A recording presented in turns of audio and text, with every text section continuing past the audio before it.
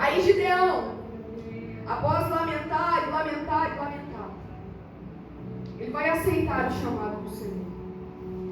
Porém, essa palavra é conhecida diante de nós. Nós vemos que Gideão ele vai pedir diversas confirmações ao Senhor. Deus poderoso, aleluia. Oh, meu Deus!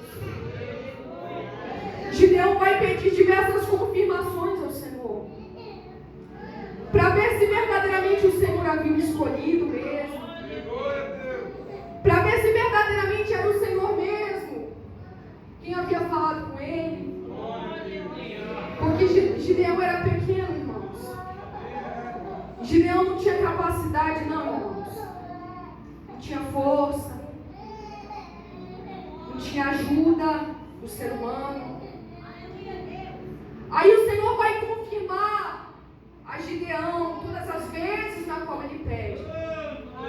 Mais adiante, nós vamos ver, como eu já havia dito anteriormente, havia um altar a Baal no lugar mais alto de Israel. No melhor lugar estava o altar de Baal. Aí o Senhor vai pedir a Gideão para derrubar o altar de Baal.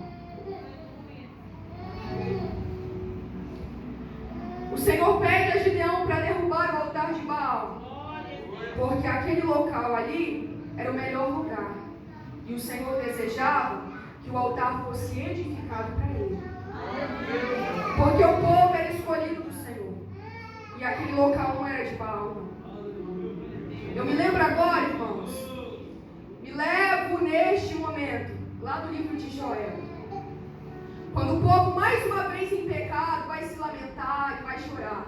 Aí o Senhor, através do profeta Joel, vai dizer da seguinte maneira: rasgai mesmo o vosso coração diante de mim. E mais adiante o Senhor vai dizer assim: chorai entre o alpendre e o altar. O alpendre, irmãos, segundo algumas pesquisas, era uma espécie de varanda que era coberta e ficava de frente ao altar. Dentro do alpendre, de dentro do alpendre, era possível avistar o altar, de frente. Aí o Senhor vai dizer assim: chora entre o alpendre e o altar. Quando o povo estivesse chorando ali de frente para o altar, o povo ia ver o quê? Que o altar estava vazio. Porque nesta época de Joel, da mesma maneira também, não havia jumentos nem bois, e também não havia mantimento na terra, mais uma vez por causa do pecado. Aí o povo ia chorar olhando para o altar estava vazio.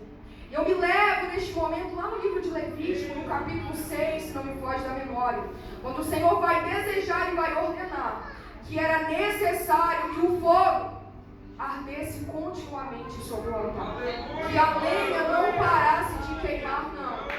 Porém, irmãos, glorifique a nome do Senhor.